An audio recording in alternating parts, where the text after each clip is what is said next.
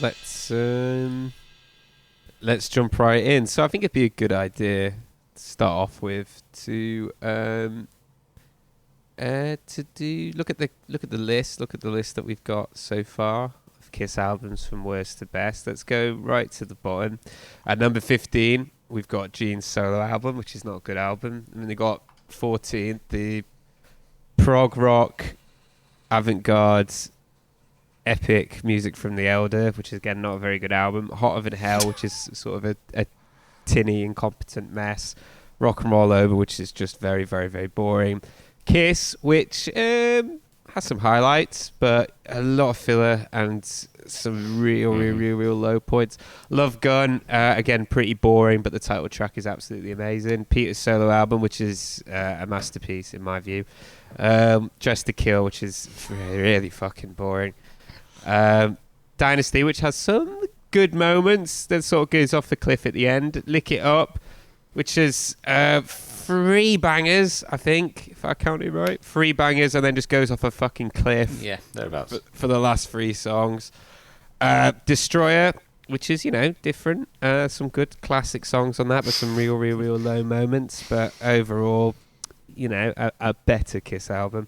Poor solo album, which has some, really good cuts, and overall is, a more solid release. There's no real low moments on it. Ace's solo album is number 3, which is, an admirable attempt at doing something maybe a little bit different, and there's some great jammy moments on it. An engaging, nice listen. And number 2, criminally underrated in my view, Unmasked, which has got some absolute bangers on it. Probably the second funniest Kiss song is on Unmasked, which is also a banger, and I think is unfairly maligned by the fans. It's a fun,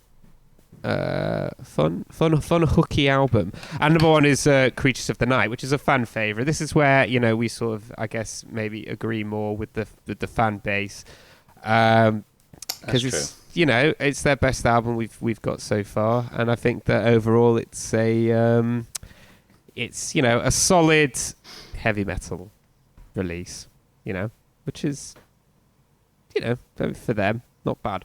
But we're not going to talk about any of those albums. We're going to talk about Animalize. And a bit of background on Animalize, just to pick up where we left off with Lick It Up. You might remember that last time we spoke about it, we left off at sort of a violent exchange between Paul and Vinny at backstage at an arena. Paul had cut off Vinny's solo short.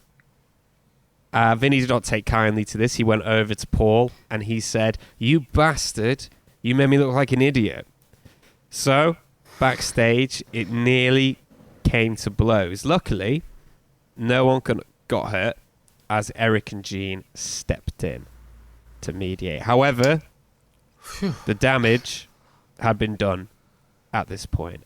After not signing his contract, ruining the beef stew in a flavorful broth, stealing equipment from the studio, and, just looking really fucking weird, the band had decided... Stealing equipment? Yeah, he was stealing equipment. Did I not tell you that?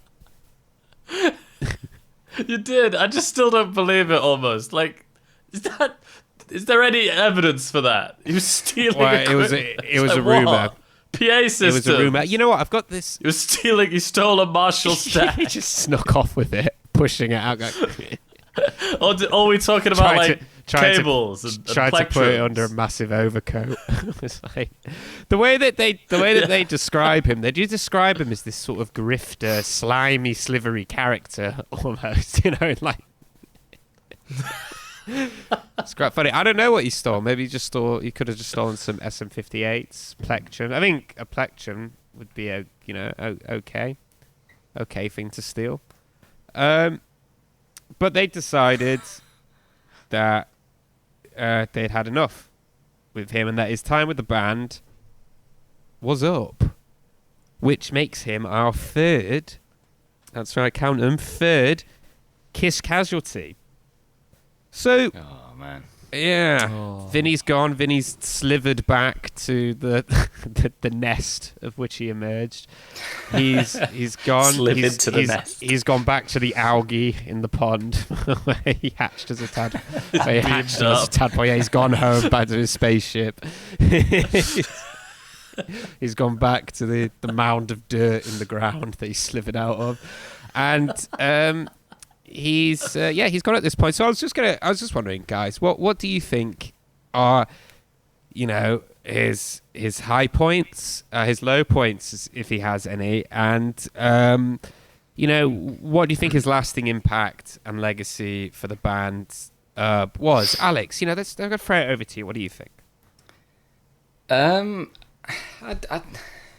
He's had a really good impact on the band overall. I mean, I know we rated Lick It Up like kind of midpoint on the ranking, but I think we all agreed that like there was a lot more cohesion within the band in these past few albums. A lot more chemistry. Yeah, I'd say a lot more chemistry. And you say Lick It Up. He had 8 co-writing credits on Lick It Up. He had 4 or 5 of Creatures of the Night. And that's a decent album. Yeah, I mean, we've only got a few albums to look at, but on those albums you can see an immediate impact, and it's not just the solos. Like when we always spoke about Ace, it was always kind of like his solos were his contribution for the songs. That's a good point. Very true. But I think with old Funny Face over there, that like. You could see that the riffs were like purposeful in a way to like complement Paul's singing, or the drums as well. Like I get the feeling that Eric and Vinny had really good chemistry as well. So he's had a really good impact, and I'm very curious how things are going to progress on from here. He obviously, there is something weird about him. Mainly all the other stuff you said, stealing the equipment and like too long solos, like okay, Rockstar, whatever. The contract one though is a really strange one. That is weird, isn't it? Yeah. That is the one where I'm like, something's going on where he doesn't trust other people, or he believes in himself so much that he doesn't need a contract. I can't quite figure it out. But I think he just wants things done on his own terms. Because when it was offered to him, I think he wanted equal vote as the 2 original members. Well, I reckon that's what was being discussed. Yeah, but I'm not being funny as well. Look it up. Eight co-writes, and he's not an equal partner. That's mad to me. Like that is essentially like when you think about the majority of the albums is Stanley and Simmons for the most part, right? It's like a partnership between those two. That is genuinely like a three-way thing. That album. Yes. But I don't have that much to say. But as soon as he joined the band, I felt as though he had immediate impact, and usually for the better. Though right now I'm trying to think of like the one song or the one solo that blew my mind off, and nothing's really coming to mind. But overall, a big positive. Any low points apart from just looking really fucking weird? The Lick It Up music video is a bit of a low point. But well, the same for everybody, I guess. No, I need to look more deeply into like where he's credited. It always gets confusing with like the solos, like who's playing what. Like the band changes. Even now. Even now it gets confusing. Danny, what's your how do you rate Vinnie Vincent and his contributions towards Kiss? I think that I do sort of have a lot of respect for any guitarist, especially at that time, who could play like that. This was still a very new style of playing, that sort of post Van Halen shred, basically. It's doing the tapping and all of the crazy fast runs. I think even now there's people who still feel like there's some secrets about that style. Less and less now with the internet age, but I just think it takes a lot of dedication, and it's not easy to play like that. He's an impressive guitarist. We see a lot of them throughout the 80s, but he was there kind of before the explosion of that type of guitar playing. I think that's fair to say.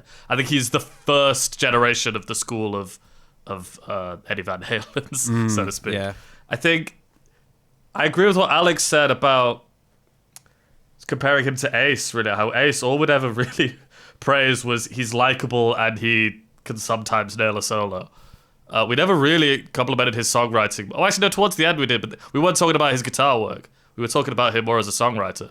Well, Vinny, throughout, he's just throwing in these sick-ass licks throughout the songs, which Kiss needs that. Kiss needs a larger-than-life guitarist. And frankly, Ace was not that. No. At his best, he was quite cool and amiable. He was never larger-than-life. And I think Vinny is more like that, especially, he wants to be doing these long-ass solos. He wants everyone looking at him. Sounds like, with his contract stuff, he wanted to kind of maybe be more of a frontman or a main man, at least, to do with the band. He wanted attention, for sure. I just think it's a shame that it was all just let down by his weird fucking face. That seems to really be That's the crux of the problem. That stopped him from essentially being in the band at first, because he wanted to, and they were like, no, you look too weird. It's wrong. It's completely wrong. I just think Paul is so fucking... He's just such a fucking bully, man. I don't know why he would Gene say said that. it as well. He doesn't make Paul look good to talk Gene like that. and Eric. That does not look Gene good. and Eric both said it. All of it's just anyone who talks about it. Yeah, I think You go ahead, I think Alexei. The guy yeah, can I play. think you made a good point actually about Ace not being a larger-than-life guitar player, because Ace's style to me was always kind of very crude, very, very, very messy, and a little bit reckless. Where I think what Vinny brought to them was more of a technical proficiency and a flashy technical proficiency that was a lot bigger and explosive than what Ace offered. Although I don't buy that, he was solely responsible for the band coming back and being successful again. I do think it was due to the image change and having Lick It Up as a lead single, which, to be honest with you, I think as a song for that time was pretty bulletproof.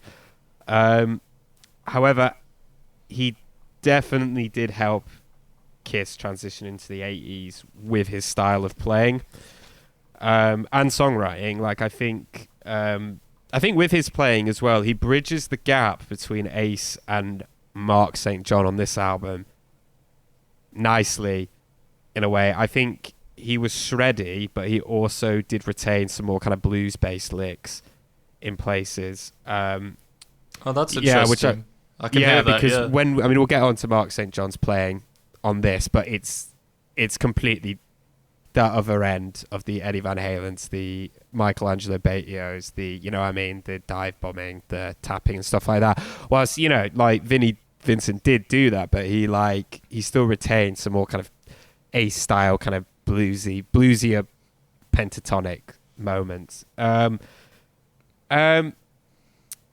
He also, and I think this is really important, he co-wrote some really good shit with them, like A Million to One, All Hell's Breaking Loose, I Still Love You, like all of which I think are better than anything Ace wrote or co-wrote when he was with the band. And like I said, he's depicted as this weird grifter character, which is very entertaining. And of course, he was very, very, very, very strange looking. I think that actually, that being that strange looking, when they were coming up with the makeup, because his makeup design was terrible, they should have leaned into that more. Do you know what I mean? Like made him like about a beacon in the alien or the newt or something like that. And they should have kept Eric Carr as the chicken as well. Like they should have the newt and the chicken. And I think that Carmen Appice, do you know who Carmen Appice is? He was the drummer of Dio. Once said of Vinnie Vincent, and this is where I'll leave it at. This is what I've got to leave off. Carmen Appice once said of Vinnie Vincent, he's really fucking weird. And that was that. Would you like to know? Would you like to know about his career post Kiss? Are you curious? Yes. I'd love to. Okay. So basically, before I go into it, much like with Peters, by the way, I didn't do this with Ace, and I didn't realise I hadn't done this with Ace. So what I'm going to do is, when we do get to Ace, when he rejoins, I'll talk about what he's been doing in the interim, like when he, re-enters the picture. Oh, yeah. But everything I've got here is taken straight word for word from his Wikipedia page. These are not my own words, much like Peter's. Anytime you want to jump in and ask a question, feel free, by the way. Following his departure from Kiss in mid-1984, Vincent used the money he made from his tenure in the band to take a long vacation, traveling the world for a full year and visiting places like Tahiti, the Philippines, Mozambique, India, and Europe, including a visit to the small town of Mora in Dalarna, Sweden.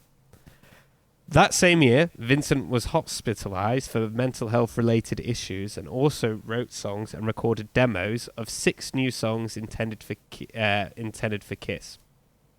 He then formed the Vinnie Vincent Invasion with, among others, former Journey singer Robert Fleischman, and they released 2 studio albums together. They were called the Vinnie Vincent Invasion in 1986 and All Systems Go in 1988. The band broke up in 1989. After that, the band's singer, Mark Slaughter, and bassist, Dana Strum, formed the band Slaughter. It's worth mentioning, by the way, that the former members of the Vinnie Vincent Invasion have nothing good to say about Vinnie Vincent whatsoever. And fucking hate him. Anyway, he does not have a good reputation. This man has a terrible reputation. Anyway, this bit is bizarre. A tribute album entitled Kiss My Onk, a tribute to Vinnie Vincent, was released by Split Screen Entertainment on August 27th, 2008. The album consists of new recordings of songs from Vincent's career with Kiss and the Vinnie Vincent Invasion. This is actually a thing, and I've looked it up. The cover is terrible. It's got one of the worst... Yeah. Google it. After that, he became a massive recluse. Basically, after 22 years of being off the radar, Vincent agreed to appear at the 2018 Atlanta Kiss Expo in January. Vincent fulfilled his commitment and appeared at a sold-out expo, playing a 4-song set, including a live premiere of A Million to One from Lick It Up, and a Vinnie Vincent Invasion song called Back on the Streets, where he was joined by original vocalist Mark Fleischman. He said he considers Gene Simmons and Paul Stanley family, wishing them nothing but the best. They don't fucking wish you anything but the best. They hate you. After some email exchanges with Gene Simmons, Vincent agreed to appear with Simmons on stage in April 2018, which was the first time they had met in person in over 2 decades. He also gave an exclusive interview with Eddie Trunk, which was his first interview in 2 decades. He held multiple question and answer sessions with fans. It's worth noting, by the way, that I've listened to that interview and he arrived to it 2 hours late. Still a rock star, eh? Yeah, he's the rock star. I did hear... I think I heard some of that, and he's really dodgy when asked about... maybe it's just non-disclosure stuff, but he's asked about all the legal issues, like how he sued them, like, yeah, 100 he has, times. yeah. And he does answer it in a weird way, though. He's kind of like, well, it's just business. We're all just working out business. They're like, dude, it's been like so many years. Is it still just business? It's bizarre. He's a very strange guy. He's got a weird way of speaking as well. You did a really good impression of him just then. It's really like soft and it's all I love everyone. I love everyone. He says that a lot as well. It is like... He says that a lot as well. He's always like, I love everyone. I don't mind. It's okay. It's a strange man. Anyway, Vinnie Vincent's first concert in 30 years was scheduled for December the 7th, 2018 at Graceland in Memphis, Tennessee. However, these shows were postponed until February the 8th to 9th in 2019 before eventually being cancelled. The shows were promoted by someone called Derek Christopher, who, despite never having finalised or fulfilled a contract with Vincent, continued to sell tickets nevertheless. Oh, for fuck's sake. This left everyone wondering where the money went, and ultimately, Vincent was blamed. 2 months later, 2 months after that, Vincent hosted Vinnie Vincent's birthday bash on August 10th in Nashville, followed by Vinnie Vincent's Merry Metal Christmas on December 14th, 2015. And that's where it ends. So there you go. Any comments? It's amazing. What's amazing? I heard I thought it was going to be on his Wikipedia page, seeing as literally anything that happens to him is of note, apparently. I heard that Gene was angry because they're like he made up with Gene, at least in front of fans, but then Gene doesn't like him again because he tried to copyright Vinnie Vincent's Kiss or something like that. Yeah, he did. Again, bit behind the back there, but I don't know. I think that, I mean, maybe he has legitimate problems. I don't want to say too much about it. There's something going on there. There's something going on there. I mean, yeah, it sounds like there's a lot going on. I don't know. He does seem like an incredibly strange man. There's not a lot going on his Wikipedia page. No, there's not. He's a very secretive, strange man. Anyway, with Vinny gone, they needed a new guitar player. However, Gene, at this point in time, is nowhere to be seen. According to Paul, Gene dropped a bombshell on the band saying that he wouldn't be around for the album. According to Paul, Gene went into a studio, crapped out some demos, then went off to do a movie and left them with a bunch of unusable junk. Do you agree with? Do you get that? Do you get that from this album? Listening to it, that maybe Gene was sort of farting out songs in a way. Maybe Only as far as the amount of tracks there are. I think the quality is as low as ever. Yeah, I agree. It's not particularly worse. Yeah. Even a bit better at some point. I agree with that. I agree with that. I forget. I'll have to check my notes. Yeah. No, but again, it's certainly welcome how absent he is. I wrote that several times. I think as well, I mean, I didn't notice at all. I didn't think most of his songs on this were better or worse. I think in places I agree with Danny, actually. I think some of them were better than they've been in the past. So yeah, that surprises me. According to Paul, a guitar maker named Grover Jackson put him in touch with, and this is a quote, by the way. Do you want me to do it in his accent or normal? I always want you to do the I'll do an accent. According to Paul, a guitar maker named Grover Jackson put him in touch with a oversized, goofy-looking guy named Mark Norton. Mark wasn't the sharpest... Sorry. Mark wasn't the sharpest pencil in the pack, but he played in the style that had become popular. Again, rude. You need to stop making fun of people's appearances, Paul, because you look pretty fucking weird as well. You're quite an odd-looking man. Why talk I'll say down? it again. This man, supposedly an advocate for a group that deals with facial deformities, and he's just shooting off at everyone about how they look. Imagine walking into a room and he's sat there and he goes, "You're goofy looking." Like, who the fuck do you think you are? Fuck off. And also sounding pretty judgmental about someone playing the style of what's popular or learning what's popular, which is exactly what Kiss has been doing for the past few albums. I know. What if Mark St. John turned around and was like, "Well, you know what, Paul? At least I've got 2 fucking ears." And then Paul was like,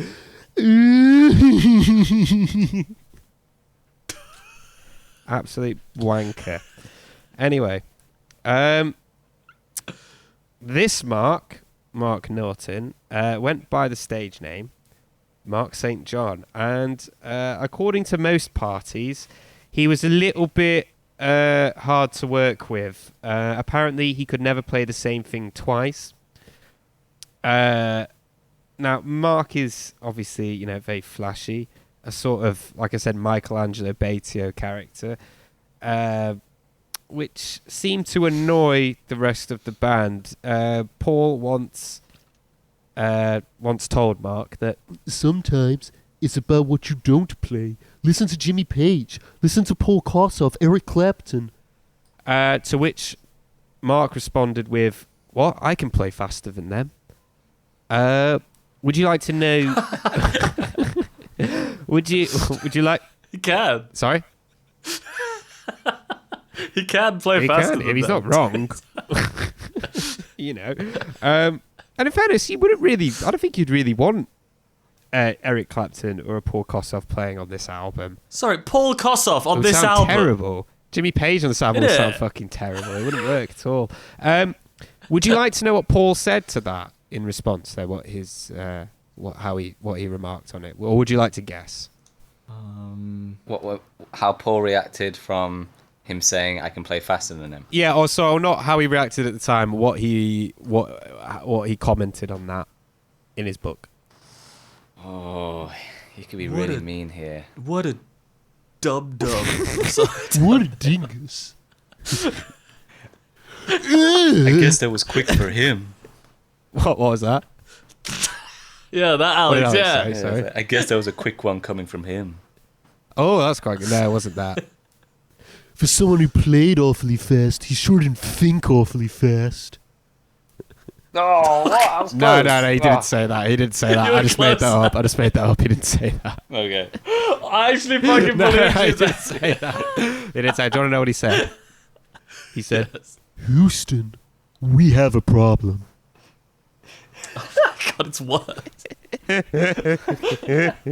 What?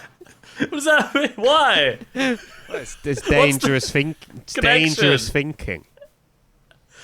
You know. Paul again just being like, I could tell straight from the get-go that this wasn't going to work. So why'd you freaking sign him and play all this stuff with him and tour with him? I know. They had plenty of chances. Plenty of chances to get rid of him. Oh, they didn't actually end up touring, Alex. We'll get onto that Oh, next I episode, thought- though. That's a bit okay. tragic. All right. That's a bit tragic what happened there. He's in the Around music this... video, right? No, he's in the music video, yeah. They didn't tour with him, though. Okay. They couldn't. Well, we'll get onto that. Not in this episode, next episode.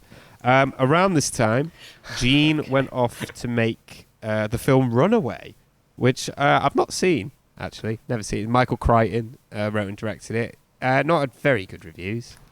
I did see a trailer. Did you watch the trailer? I did, That I actually watched yeah. it. I Yeah, I actually watched watched the it trailer. today, and it's made me want to watch it, actually. Same. It's made me actually I want want to to watch see it too. Yeah, I think I cannot believe if Gene's acting is as wooden as it is in the trailer. That is astounding to me.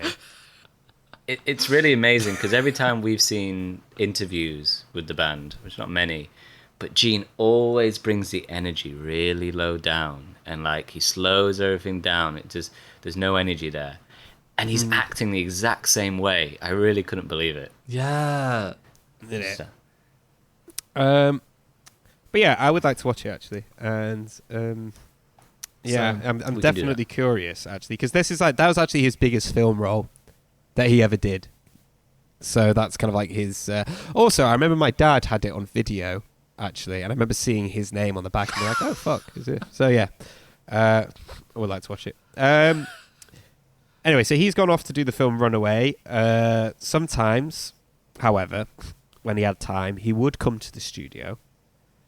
And he didn't really like Mark much either. He had a disagreement with him over a bass part that Gene wanted Mark to record for him, which led to Simmons and Stanley pulling Mark aside and to give him a bit of a dressing down about his attitude, which I can imagine was very passive-aggressive, patronising, and just agonising to sit through. Eric Carr has also said that Mark was very arrogant in the studio, which I think led to him not playing lead on some of the tracks. He doesn't actually play lead on all the tracks on this album. Desmond Child came on board once again to co-wrote the song Heaven's on Fire. In general, Paul had a lot on with this album. He produced the album, he named it, he designed the album art, and designed the back photo shoot. He also says that he became sort of a manager at this time, He was producing the record, and he was sweet talking MTV in order to play the video, booking appearances. Now, Gene, despite being very absent from the album, insisted on having a producer credit on it and having half of the shares of the album. He also insisted on having a 50-50 split in terms of songs on the album, as in half the track listing is his, half the track listing is Paul's, on this album, Animalize, and on subsequent albums. But according to Paul, there was no quality control of Gene's songs. Most of the songs have been forgotten, according to Paul, that Gene was making at this time. And it was not by coincidence. He was simply not putting enough time and effort into the band. I mean, is that what you were saying earlier, though? Was there ever any quality control with Gene's songs? Really? Can you honestly, hand on heart, say, like, oh, you know, he really fell off at this point? Because, like I said, I don't see much of a change, really, in quality from the music said it he was all making. at the end of Lick It Up, didn't we? Yeah. Those last 3 songs, that really, it was so clear that they were kind of rushed. Not a lot of thought was put into them. They were just stuffed at the end of the album. Yeah. Yeah. So I'm glad Paul's standing up here. Yes, Well, actually, I've got that written down as well. That I said it's also good for Paul to not give him any more album runtime. I think that's good, and I think it's a good approach, and I think they should have done it fucking, they should have done it from the fucking get-go. I think that's a good approach, and good for him, and you should stand up for yourself. Paul said he saw one of Gene's films. I'm not sure if it was Runaway. I'm not sure, but Paul said that he thought it was embarrassing. So, which it probably was, to be fair. They put out a video for Heaven's on Fire. And guys, what are your thoughts? Have you seen the video? Have you watched it? What's your what sense do you make of it? Danny, what do you think? We said earlier that Mark's in the video. He is in the video. He's barely in the video. Yeah. They give him like no screen They time. did that on purpose. It is all. Yeah. Don't It's let just- that goofy, it's mostly oversized Paul. man in our video. Ugh. Sorry, Karen. There's a funny bit where Eric is like very far away from the drum kit in front of it, doing some backing vocals He comes over the shoulder. next yeah. to Paul. Oh, I really like that bit. Yeah. I feel Eric seems more comfortable in this one compared to Lick It Up. Yeah, he's a little cutie. Is he? I think the opening of I put this in my notes about the song. The opening, because I know this song, always makes me laugh. It's such a funny beginning It's to the insane. song. It's and mental. in combination with the video, it's just hilarious with his hands on fire. Yeah, it's ridiculous. But apart from that, it's very much just that boring sort of 80s videos that they'd love to make back then, where it's just the band sort of strutting their stuff. What do you think, Alex? Yes, I agree, but this is better than the Lick It Up video because they're much more in their comfort zone. Oh, It's way better, yeah. Yeah, okay, It's yeah. better made. Here, the majority of it is them on stage, and then there's the little quick cuts to the little whatever room, The house that orgy. they're hiding in, and those cuts Yeah. are so quick that like you can't make fun of them because there's no time like to take it in. So I think maybe they learned the lessons a bit here, and they just focused on Paul doing the little like shimmy he does on stage, which he's very good at. His little dances, he's really good at that. Yeah. I will say I am a bit uncomfortable with like the straight shots they do on Gene, like constantly. It's like He makes all some the other odd shots of the band. decisions. Yeah. Yeah, all the other shots of the band, it's kind of like them with the band, like in context, and then they keep throwing back to Gene. It's him looking straight at the camera. His big old hair and a big old face, and too much for me. That's what I wrote down. Just too much. I think Paul, it's better made. You're right. It's better made than Lick It Up. Definitely. They look a lot more comfortable. more like a band on this one. I think it helps as well with this one that they're actually performing. Like in Lick It Up, then there's a lot of parts of Lick It Up, particularly when it starts, when they don't do that. Do you know what I mean? And Yeah. They don't know what to do with their hands. Yeah, and they just don't know what to do, and they were awkward anyway. Paul looks like he's having a good time. He looks extravagant. I don't think he plays his guitar one time throughout the entire video. He's just flapping around the whole time. I was a bit taken aback by Paul, actually. I was like, he's that is a lot. Even for this decade, that is a lot. Like he's doing a lot of shit, and it makes David Lee Roth look like Liam Gallagher. I mean, like, actually sit and look at him. It's a lot. In a lot of the shots as well, the band members are like more naked than a lot of the women, which I think is quite an odd choice for them if they're trying to portray that dynamic. It's just a bit weird. I mean, it's really of its time. It's pretty fucking lame, to be honest, but it's quite funny. I mean, I hope they paid those women handsomely to be in it. But yeah, it's I mean, it's what it is. Very of its time. I think it's serviceable. Yeah. Anyway, the album is released and continues the renewed mainstream success of the band, but in general, this album isn't really spoken about. If it is, then some fans maybe take against it a little bit because it's headed more in the glam metal direction, which I don't really seem to like that much. Heaven's on Fire is still played quite a lot on like mainstream. Well, not on what's the word? Kind of 80s Hair Nation throwback radio stations and stuff like that. Like, it's legit hit that's had a relative amount of staying power. But other than that, this one's not really spoken about too much. And on that, how about we move on to the cover? What do we think of the cover? Alex, what do you think of the cover that Paul designed? Paul put this together.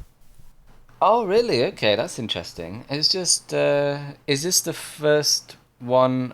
Well, is this the only one other than Elder, music from the Elder, that doesn't have their face on? Yeah. Their faces on? Yeah, this is the second one. Yeah, second. Interesting choice. I can see what they're trying to go for in terms of like, it's like the four members like symbolizing these different furs. The problem is you have no idea who's who. Wait, what do you mean? I'm still trying to kind of figure it out. Sorry, what you mean, like the pelts? Yeah, like the pelts is like there's 4 pelts, right? Oh, and they're meant to be each member. I did not read that. I did not get that at all from it. Well, that is mental. Who's meant to be who?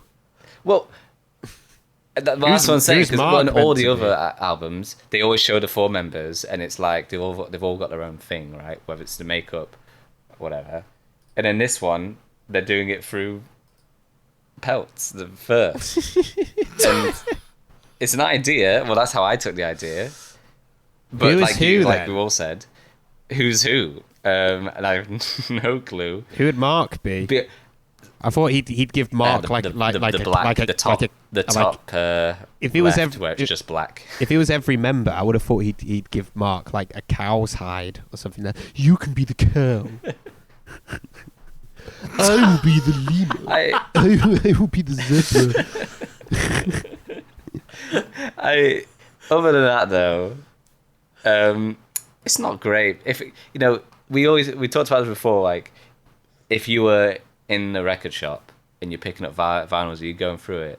If you saw this, you wouldn't give a fuck. Would you? It doesn't strike you in any way. You would not care. Or it doesn't draw you in whatsoever. It doesn't give you a hint as to what the album is. Well, for the time, let's say you were into like hair metal in general, and this would be in like the metal section, stuff like that. You'd probably be like, "Oh, I'll probably like this."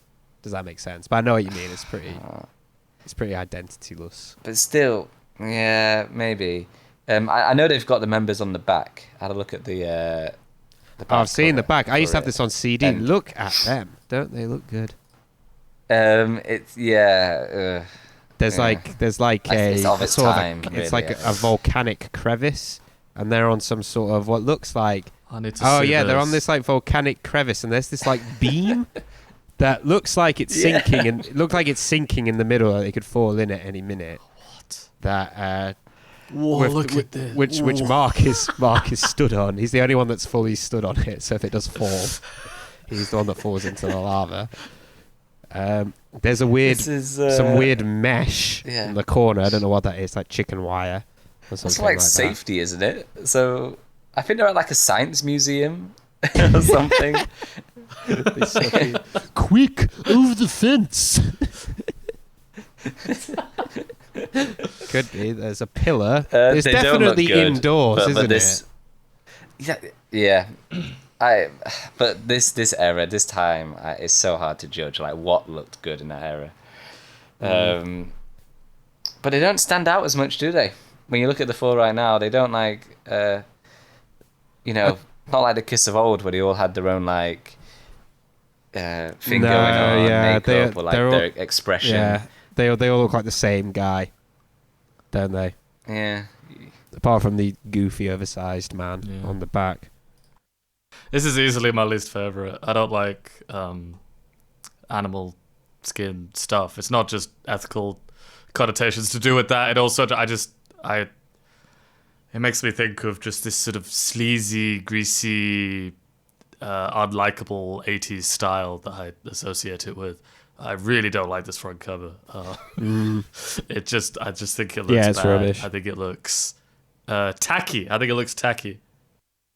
I agree. I think it looks rubbish. It's very, very hair metal, but I agree with Alex. There's no identity to it. It There's no identity to it whatsoever. If I were to give it some props, I'd say Animalize, the font they use, the sort of bloodstain. That looks pretty cool.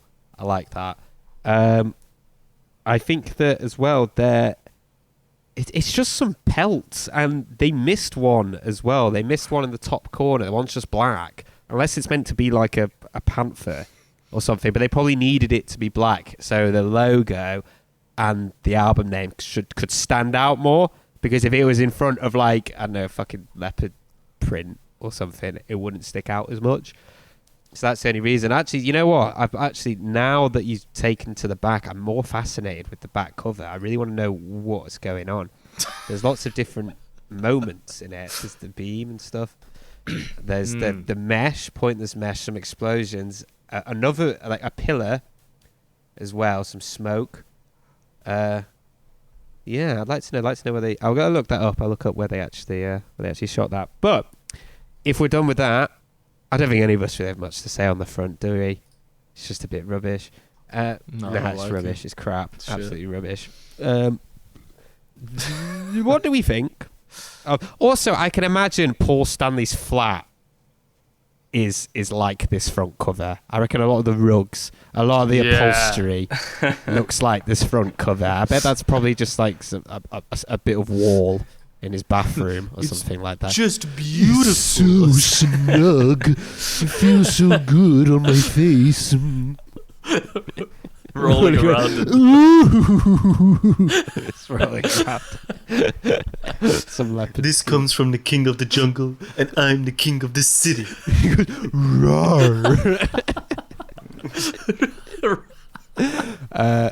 Anyway, let's talk about it track by track. We have our first song on this album. I've had enough of it all. Into the fire. Which is track one. This has got to be one of the oddest Kiss song names ever. Do you not think it's a really strange name? I've had enough, brackets, into the fire. Do you think that's a really odd... Just pick one. Yeah, it should be called Into the Fire. I've had enough. Gene, you need to pull your weight. Yeah, The full title is "I've Had Enough. I Ought to Throw Gene in." Into the fire you go. That'll teach you. But I do think this is. I think this is good. I think they're cooking on gas. Paul sounds great. It's fiery. It's very, very of its time. But with them, I think that is a positive. I think it's a positive that they sound current and of the time and of the period, as opposed to how they've sounded in the past. I think that along with the previous albums, or at least since Creatures, Lick It Up and now, that they do sound a lot more invigorated and menacing, and with this showcases that really nice, that kind of newfound vigor that they've got. The riff is kind of almost borders on a Merciful Fate riff, which is kind of cool. It's quite Iron Maiden-y as well. It's heavy, it's very melodramatic. It's a bit devoid of a hook, really, or nothing that's too memorable, but it works really, really well as an opener. This is good. This is a good, decent, meaty Kiss track. Alex, what are you saying? Yeah, I agree with that. It's very of its time, and it is in that way it's very silly. I actually thought this meant this album was gonna be another sort of Creatures of the Night in the sense of how the drums feel. I thought the drums were like the main the main start of this song, with how punchy they are and kind of how messy they were feeling. Yeah. Which for this I didn't think it was a bad thing. Like I said, definitely it ratchets up the tension.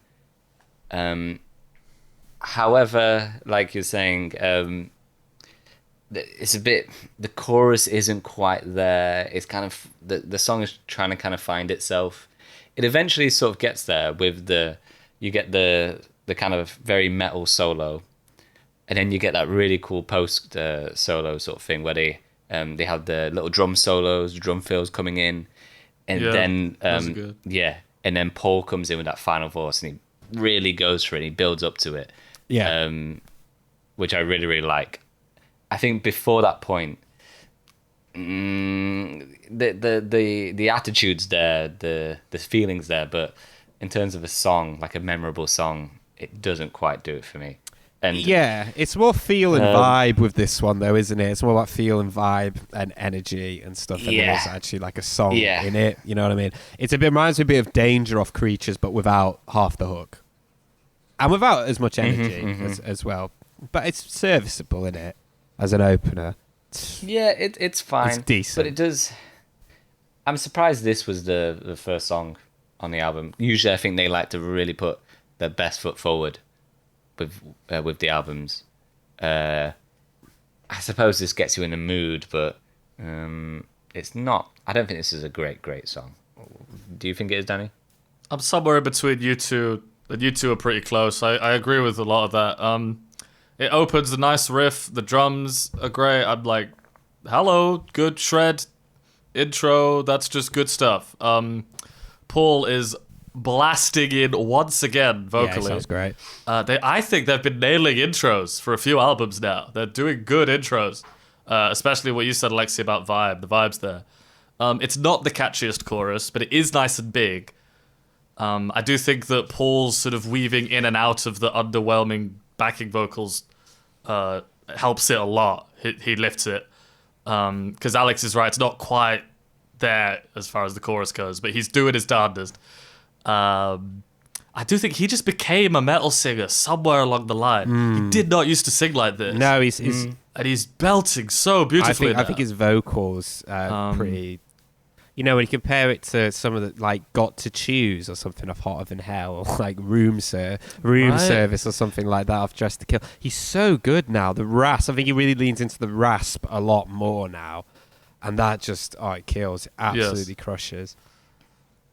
Yeah. I agree with Alex that there's those sort of, that tom-filled drums in that final section is great, as well as the big climax with the, like, layered high vocals or whatever he's doing. I do think that this guitar solo is much cleaner than what Vinny would give us. It's much cleaner. And it's not just the production, because the production's a cleaner album than, like, Creatures, for example. And he does a lovely ascending sequence at the end. So far, this is a great start for Mark. in my books. I think he's doing really well. I am not sure about the lyrics. And the other thing I wrote is, this is not a headphones album. Because I always do a couple of listens, one with speakers, one with headphones. And already I was getting ear fatigue with headphones on this album. It's not a headphone. It's not an intimate album, obviously. No.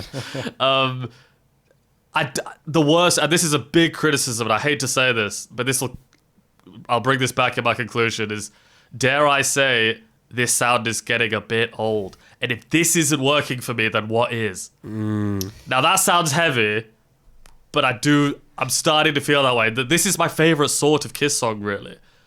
I should be liking this a bit more than I am, because it's ticking a lot of boxes. Yeah. It's ticking boxes. Yeah. But they've done this quite a few times now. And it's not Danger. It's not Creatures of the Night. It's not... we've had so many now. So that's what I think about this one. Have we all spoken about this one? Yeah. Yes. I think with this one, I think it's hooks, isn't it? That's what we sort of need out of them moving forward, to me, is hooks. Yes. And, Yeah. in my opinion, we do get it in about 2 albums' time. Anyway, the next song, the big hit of the album.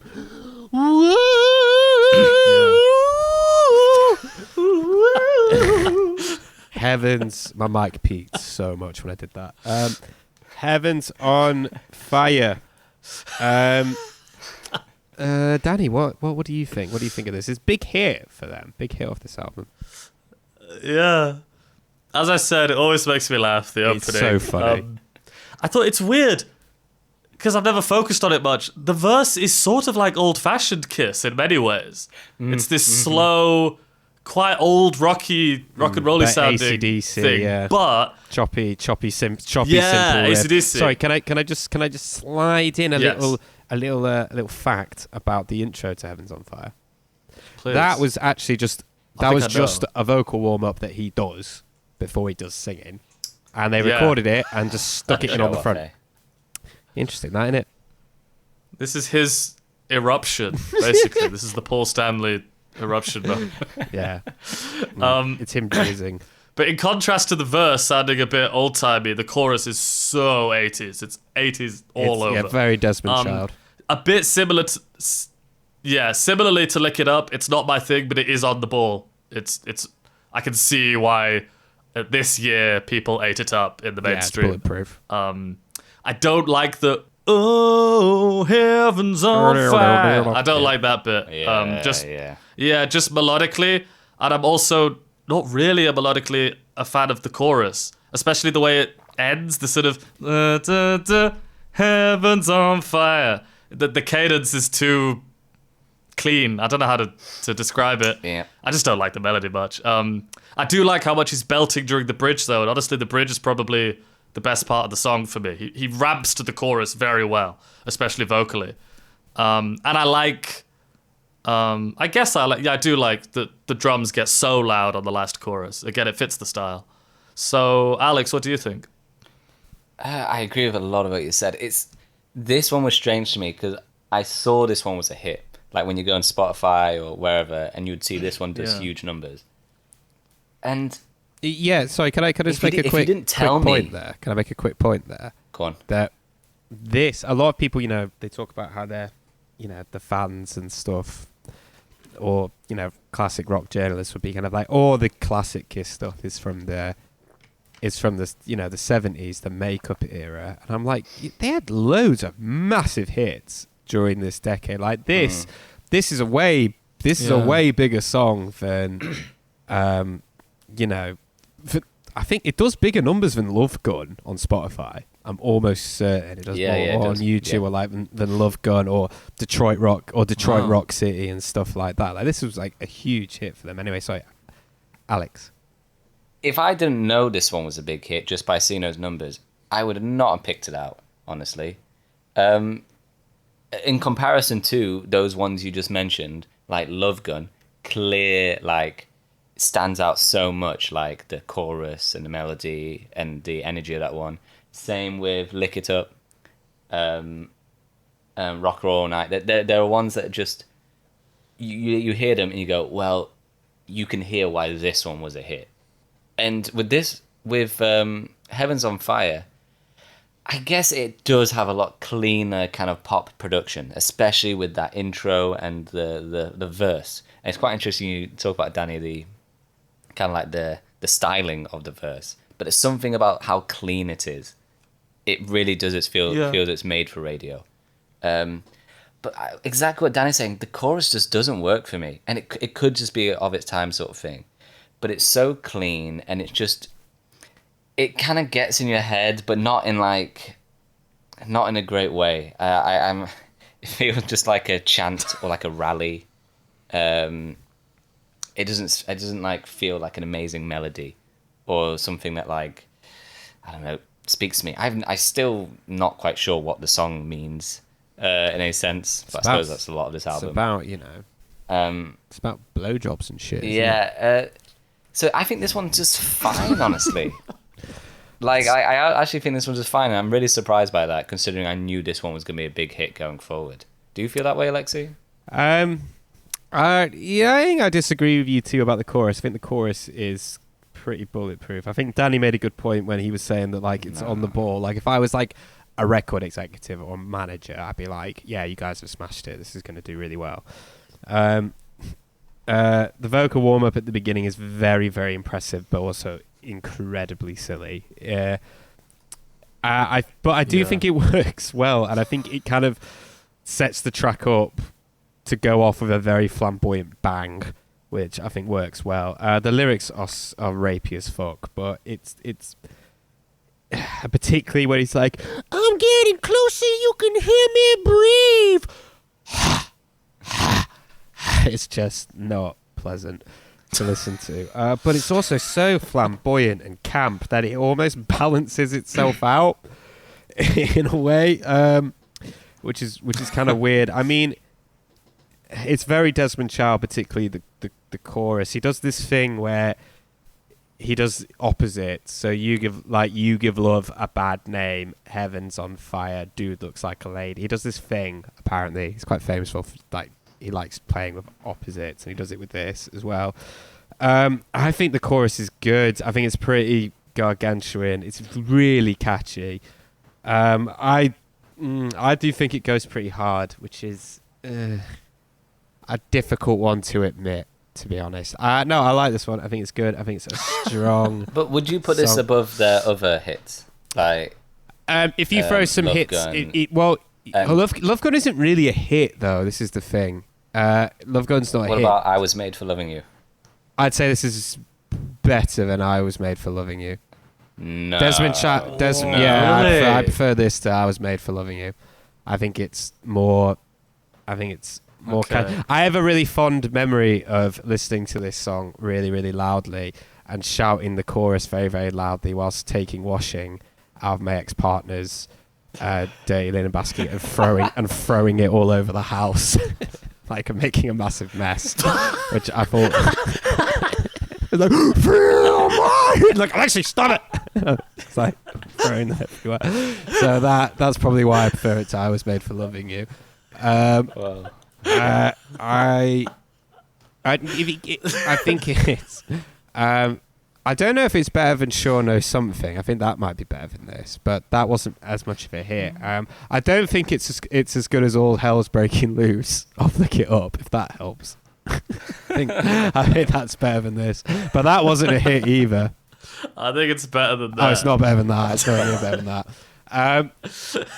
Is it better? Lick It Up's a good example. I'm not sure if it is better than Lick It Up. I think I prefer it to Lick It Up. Yeah. I mean, this is a really. I think I prefer Lick It Up, but they're very close for me. It's the same sort of song. Yeah. If you're talking fan favorites as well, like, you know, your Love Guns and Creatures of the Night and stuff like that, no, I don't think it's one of their better songs at all. Like 100,000 Years shits on this, but that's not a hit. Like, so does Creatures of the Night. But in terms of like big hits, like, you know, the ones that actually did numbers and charted, this I'd say is a decent one. It's pretty decent. Next song, we have Burn Bitch Burn. The verse is too long. The verse is way too fucking long. His vocals are just terrible on this, like reliably awful.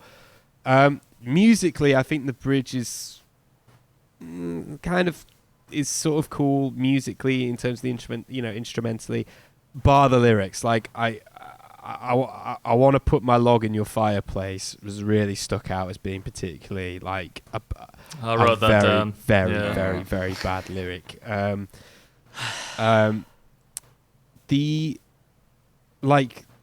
The chorus is just obviously bad. It's just obviously bad and doesn't really warrant going into details as to why it's bad. The melody in the chorus as well, though, I swear he's stolen from somewhere, and I cannot put my finger on where it's from. The burn, bitch, burn. Ooh, like, where's he taken that from? That's stolen from somewhere, and for the life of me, I cannot figure out where it's from. Also, the last couple of albums, he's been obsessed with saying bitch. And, he says sweary, haven't they? He says it a lot. And, Paul could pull it off on 100,000 years, but that's different, though. That's like saying, he's saying, I must have been a bitch while I was gone, and it works really, really well. It gives the song a bit of a swagger. Gene just sounds like he's fucking traversing the fucking manosphere. It's just not good. This is for thick people. The song is just for thick people with no social skills, and that's all I have to say about it. This is just obviously a very, very bad piece of music. Just I don't know how you could go into more detail. This is obviously not very good. Danny, what do you think? I've got a bit more to say than that, but yeah, a lot of agreement. I thought, of course, that boring ass intro is a Gene song. I'm getting this right all the time now. You can just tell before they sing whose song is whose. Against you, Alexei, I would say, okay, we're gonna go back to last time. I think his vocals are still improved here as they were previously, but the difference here now is it's gonna take more than that now. Yes. The novelty has worn off. I'm used to this newfound Gene being ever so slightly better at singing because he's still staying at higher registers a bit, and you just feel like he's less than before. But again, it's not enough now. I'm no longer like, oh, look at Gene. It's a horrible chorus. It feels unfinished. Like the ooh-hoo-hoo bit. Like if I click, they go, burn, bitch, burn. Ooh, like it goes off a solo. It's just write another part of the chorus. It needs another line or something. It is not an 80s sounding chorus. It sounds like the Monkees. This chorus, it sounds so old. What is that from? It's killing me. It's absolutely killing me. It's probably a Monkees the Monkees song. or It's the a Monkees Beatles. song. I swear it's the last train to Clarksville or something, man. I don't know. It's like Simon and Garfunkel, or something, like early Simon and Garfunkel or something. This is not the kind of the kind of places you should be pulling from for an 80s heavy metal album, is it? Well, actually, you know what? Van Halen kind of did that, I guess, but I don't know. They kind of did it in a more of a sort of psychotic sort of way, a bit more demented. Anyway, sorry, carry on. Well, speaking of Van Halen, I think there's a nice, crazy solo after the first chorus. He's doing great so far, Mark, for me. You seem to like he's him doing a lot. great. I do, man. He loves his whammy bar when the solo in earnest comes in. Very nice shredding. Again, it's cleaner than Vinny. It's just a bit less messy in a way that fits the commercial style that they're going for. This song overall, I like the heightened energy. It does feel like less of a slump than Gene songs in the past, because it's as if it does sound a bit like he's keeping up, or he's trying to keep up with Paul in terms of pace and energy, but it's still not enough. It's just a heinous song, like gonna put you in your place, and like you said, Alexei, put my log in your fireplace. It's just. The song title itself, it's unpleasant and it's not sexy, and so apart from some nice shredding, I don't like it. Alex? Yeah, man. Like when Alexei, when you said about like Paul being annoyed or that Gene wasn't carrying his weight, and sort of also that Gene just sort of left a load of demos and then went off to do his own thing. This was the song I thought of in terms of an unbelievably underbaked verses from Gene, and then Paul just throwing in this chorus, which is again also underbaked. There's nothing to get excited about from the the intro or much of the underlining riff. But I will say I'm so glad that Eric and Mark are sort of, I don't know, holding things together a little bit, because I'm just trying to imagine this song. I agree with that. I'm trying to imagine this song with Ace and Peter, especially Peter. God, on the drums. That's so true. Can you imagine? It's so just. Yeah, it'd be dire. Well, What we've you say, already Alexei? sort of established that like they wouldn't have been able to survive in the 80s with those two. There's just no way. Yeah, I just wrote down it's lazy and boring and feels like a leftover of those ending tracks off Lick It Up. Yeah. The chorus is real stupid, and I was quite shocked at just how, I think even for them, it's just so It's so simplistic dumb. and there's nothing to it. Like usually Gene likes to think he's like really clever sometimes with his lyrics. We're gonna get onto it later with like Lonely is the Hunter, but this is just, he's not trying whatsoever. Yeah, and also one of the longest songs on the album. I think it is, which is another Gene hallmark. That Danny, you said you get it from the riff. I get it when I look at the track listing and I see the lengths of the songs. You know which ones are Gene ones. Yeah, Yeah. Cool. Get all you can take. Alex, what do you make of this number? Another Paul? Oh no! I just realized. Fine, I'll just say it. I think this is. I don't think you guys are gonna agree with me, but I'm gonna nominate this one for the Kiss bin. What? I freaking hate this song, guys. Why? I freaking hate this Not that song. bad. It's so. And maybe this is because Danny, like you're saying, like listening on earphones. But Paul sounds insane in this song, and just all the singing and backing vocals are just mad. What? Are you thinking the same backing one? singers, you gotta get what you can take.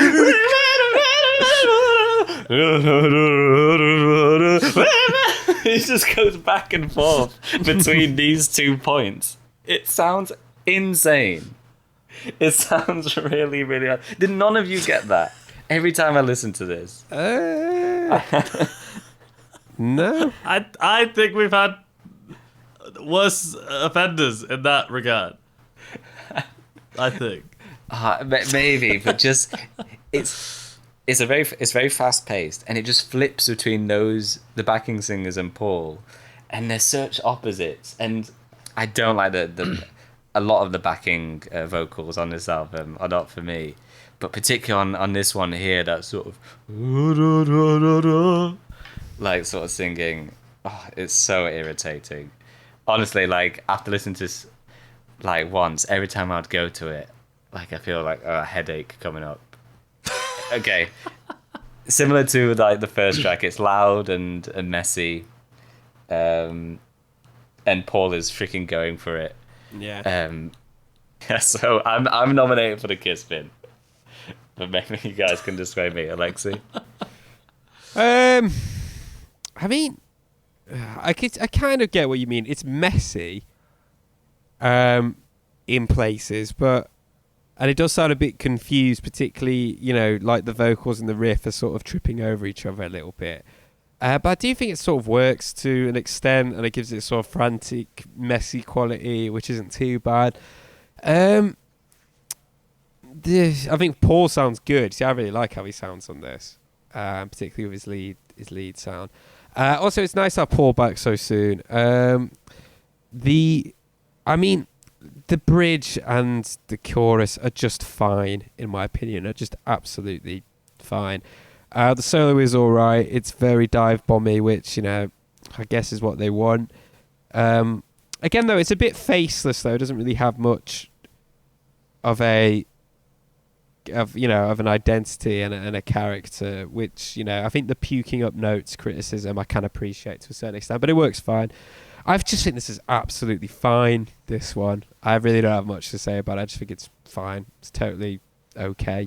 Danny, what do you think? I mean, I'd agree with Alex as far as it's chaotic and it's all over the place, but it started and I thought this is another good, busy riff. Another quite Living Colour-esque riff, I thought, especially with the drums and the production. I put blah, blah, Paul can sing like a motherfucker, blah, blah. Yeah. I just not got anything to say about that anymore. I actually quite like the bridge. I like the little minor shift that they do. I do think that the chorus, at least when I first heard it, I thought the chorus was pretty average and similar to what they've been doing a lot recently with the sort of anthemic sports stadium type of chorus. But on subsequent listens, I actually like it more. I think I couldn't put my finger on it. It's something Disney-esque about the backing vocals. It's like something from the Goofy movie. What? That's such a bizarre criticism. It sounds like it's from the. What do you mean? You mean like something the pop star in it would say? A bit, but he just sounds like Seeing eye to eye sort of like thing. Michael Yeah, he Bolton. sounds like Prince, doesn't he? Yeah, maybe it's a bit of a Michael Bolton chorus, maybe, but it's messier than he would ever Yeah, allow. yeah. He wouldn't do something as Be a lot crazy as cleaner. this. Yeah. I do think I completely disagree with Alexei on the solo. I think the shredding is clean as fuck here. He's killing it. I think Vinny would suits puking out notes much more than Mark. I think Paul said that, but I think Vinny's a much worse offender.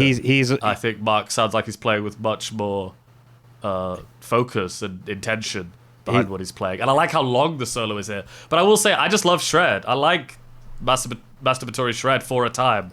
And I haven't got sick of it on this album yet. And I feel like his vocal, like he's singing even higher than usual here. He is straining, but he is holding it together too. So I see Alex's point. I do not think it's been worthy. It's not at all. been worthy, I they've don't done think. so much Yeah, worse yeah. than that. Right. It is worth knowing that the criticism Paul made about Mark puking up notes, he also made about Vinny as well. So he's not alone in that. Of course he fucking did. He probably said that about his own nan or something. Probably said that about about his next door neighbour.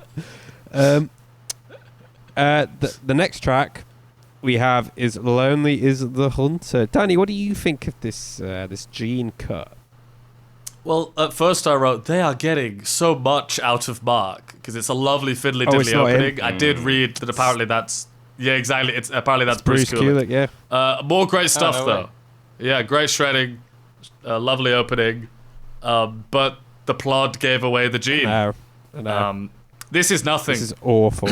I wrote less about this song than any other one on the album. I have nothing to say about this shit. That's not a chorus. What are these lyrics? Of course, there's some nice shred after a very meaningless middle eight. Yes. I don't remember it. I couldn't sing it. At all. And I don't like it. It's just boring. There's nothing to say about this one. So, Alexei, what do you think? I think I agree with you. Completely agree with you. I think it's amazing that even though that they've been playing with a lot more fire from Creatures of the Night to now, Gene still has this ability to just drag them back in time. Yeah. Just completely drag them back in time to the plot. This is so boring. Like, so fucking boring. Also, you're right. The middle eight is stupid. Like, it sounds like it should be off Music for the Elder. Like, it sounds like Rush pussyfooting around. It's very, very, very weak. Very, very, very, very, very, very dull. This is, really, really bad. Maybe not bin worthy. It's so nothingy and boring that it's probably not bin worthy in a sense, but just incredibly dull, incredibly weak. Alex, what do you think? I do want Alex to help me with the lyrics. Oh yeah, I want to hear what Alex has to say. I want him to explain to me what the fuck this song is about. I tried so hard with this, and this album has been a very unsuccessful endeavor to try and figure out what the hell they're talking about. At least with some of them, it's just like, it's just kind of vague concepts of fighting back or like, doing something with your life. But this one, what the hell? It's something. It's like he's like describing like an independent woman, but then he's like talking about loneliness, and it's unclear whether like he's lonely or the woman's lonely. Really, you guys have already said it. Like, this song is really, really boring, and I literally think Gene just wrote down like the first thing that comes to his mind in terms of rhyming, and yeah, again, so long with a riff and style which could have gone way back to their earlier albums. And I just don't know where Gene gets this confidence from to be like, no, this is the one. It needs to be 4.5 minutes long. Yeah. 4.5 with Danny, like you Jesus picked out the Christ. things that I think is such a pointless and boring middle eight, and a chorus just goes nowhere. Yeah, really, nothing to say. Next.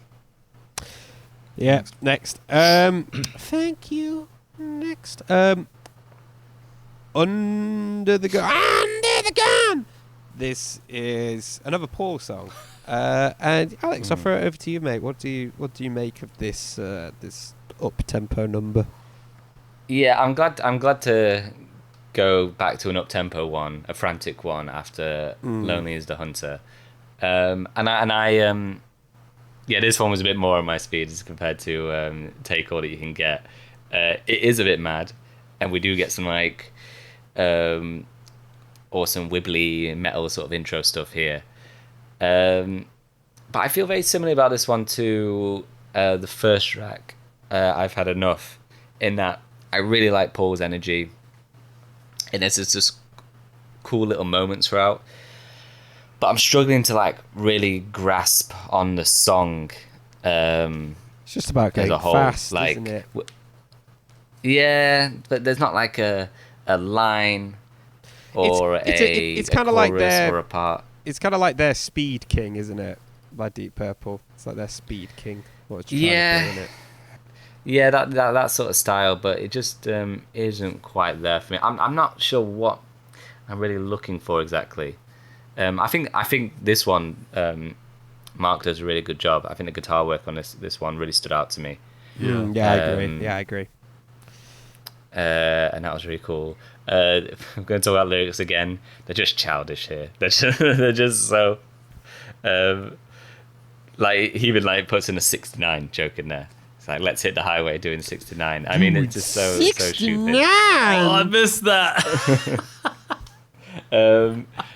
Which yeah, how just because I was thinking about this when we were talking about the music video. How old are they at this point?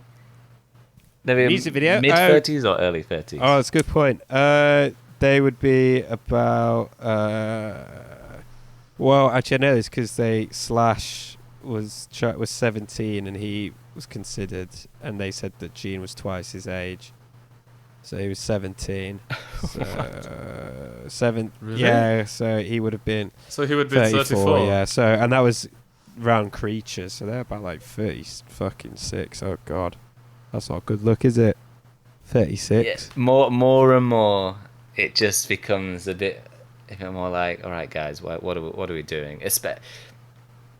I don't know. I think especially on this album, like the way they talk about women and just how childish a lot of it is. Overall, this song, I think it's all right. Alexei, how about you? Yeah, I mean, it's nice to hear them playing in a kind of a more of a speed metal style. I think it suits them quite well.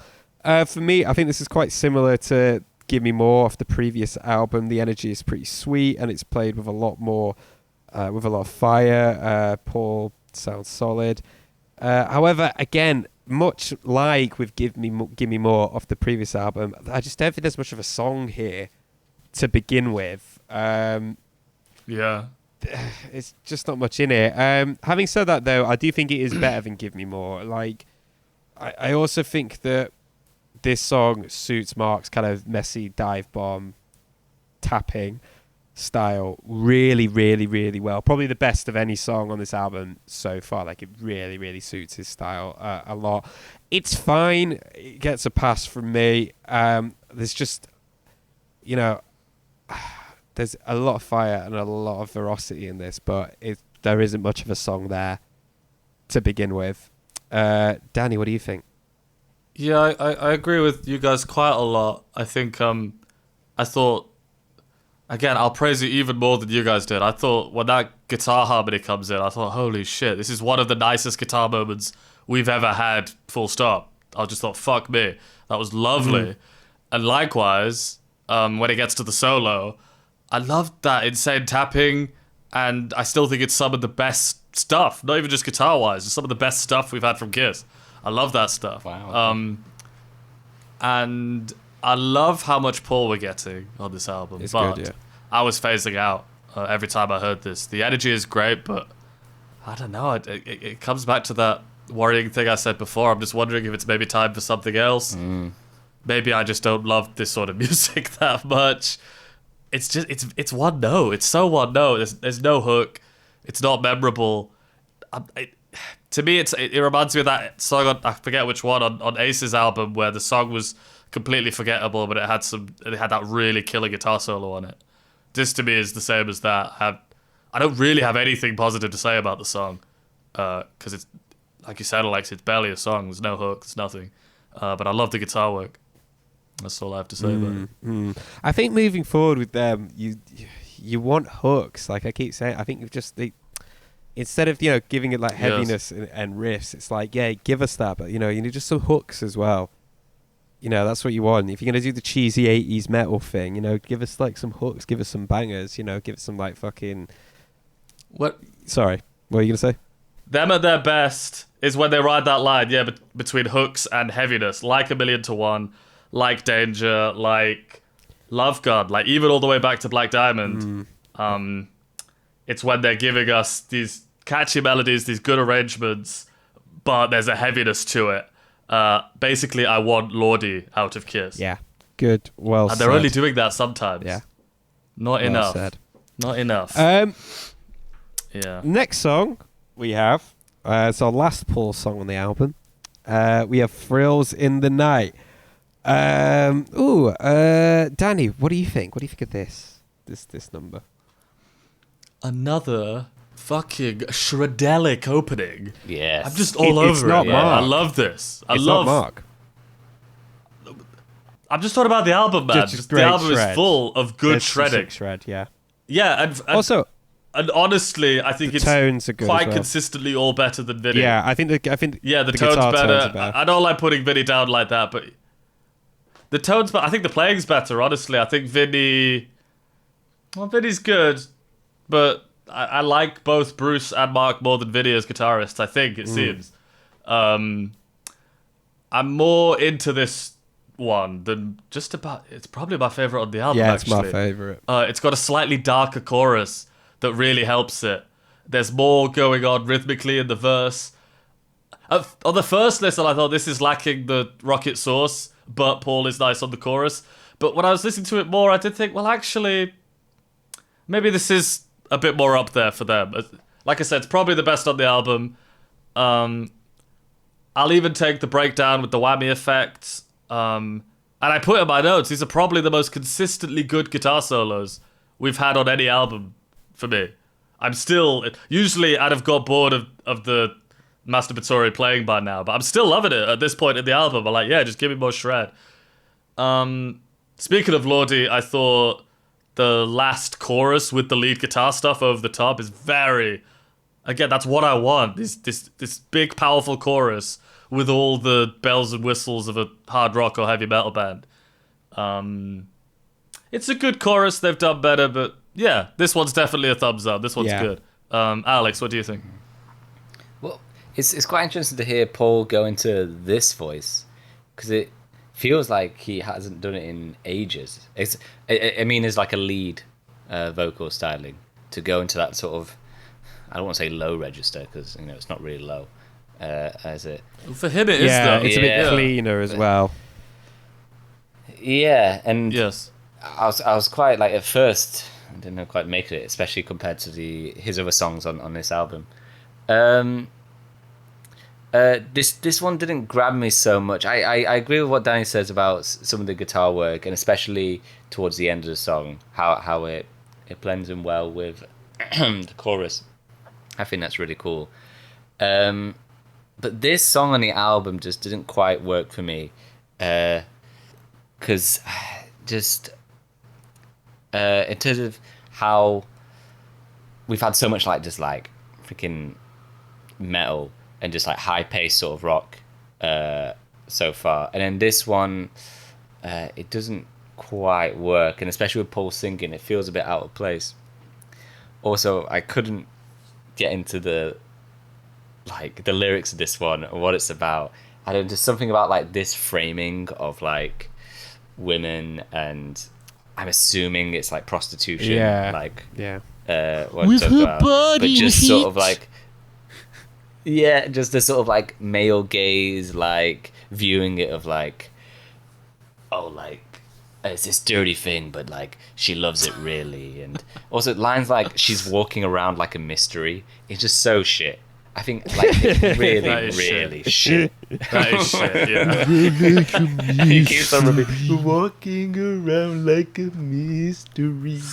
Just when we were talking about the cover, and we were picturing Paul in his apartment filled with those furs, this was the song on the album that kind of popped out to me. I don't know, it's got the kind of this like sleazy vibe to it.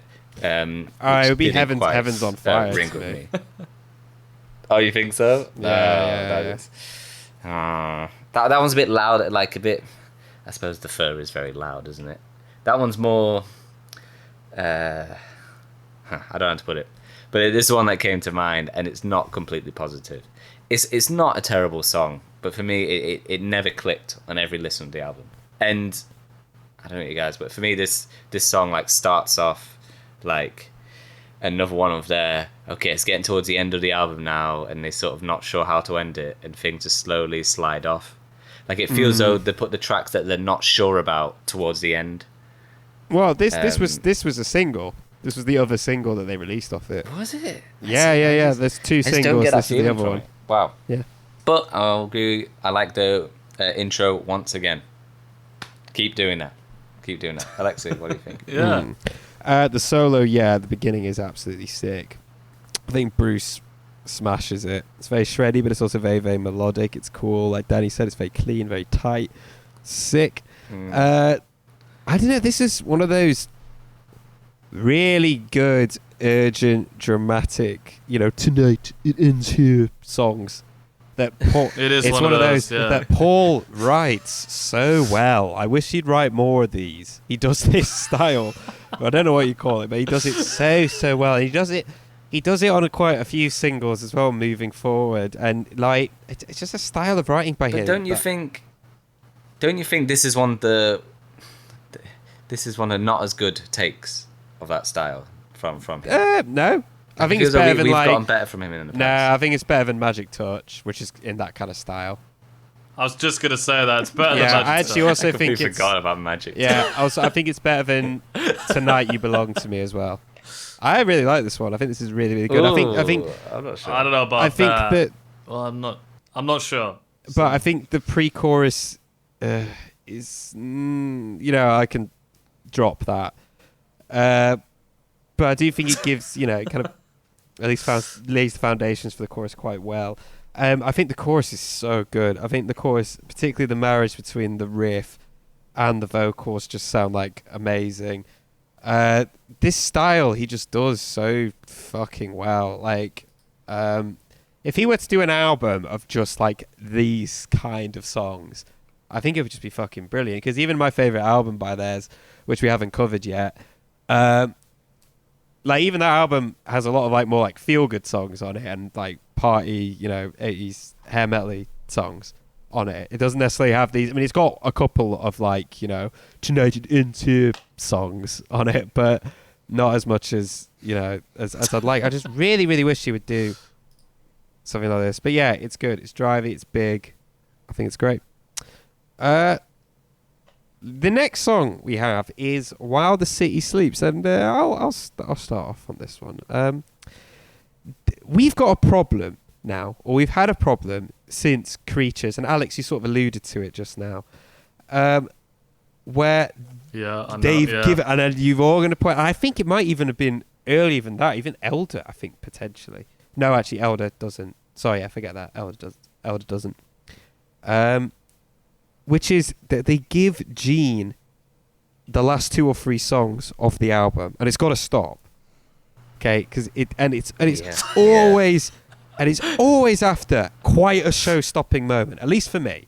So, we look back, last album, 1,000,000 to 1, blinding, right? Yeah. And then 3 terrible Gene songs after that. Before that, Creatures. Now, luckily, Creatures, you had I Still Love You, which I really, really liked, and I think Alex liked a lot as well. I'm not so sure about Danny. But big show-stopping moment. And then into Killer. Luckily, though, they saved it with War Machine. They just about got it with War Machine.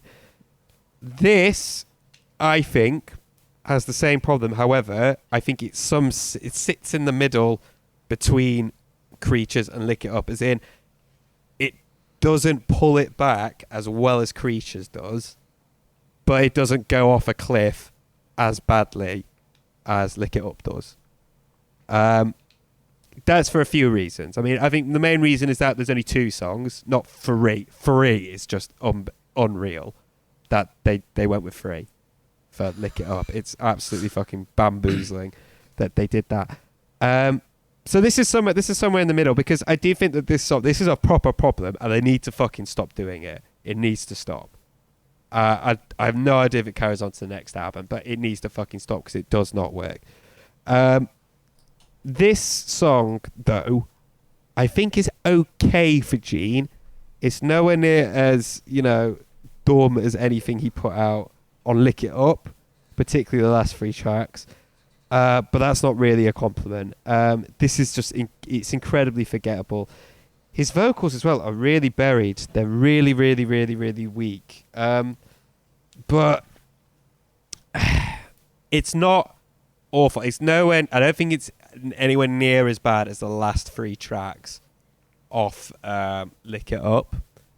I don't think it's his worst on this album either. I think that this is not as good as any of Paul's cuts on the album, but I think it's just very, very forgettable. Not that offensive. It's sort of just below fine, in my opinion. Alex, what do you think?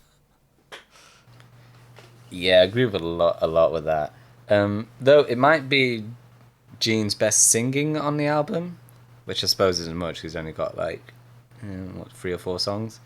4 songs. But yeah, I think vocally this is his best performance on the album. But the song itself is very forgettable, very boring. It's just totally forgettable. I struggled writing about this one. Yeah, it's really just fine. I think he's writing about how it's a dog-eat-dog world. That's what I took from the lyrics. But he's really got nothing to say. It goes nowhere. There's barely any progression there.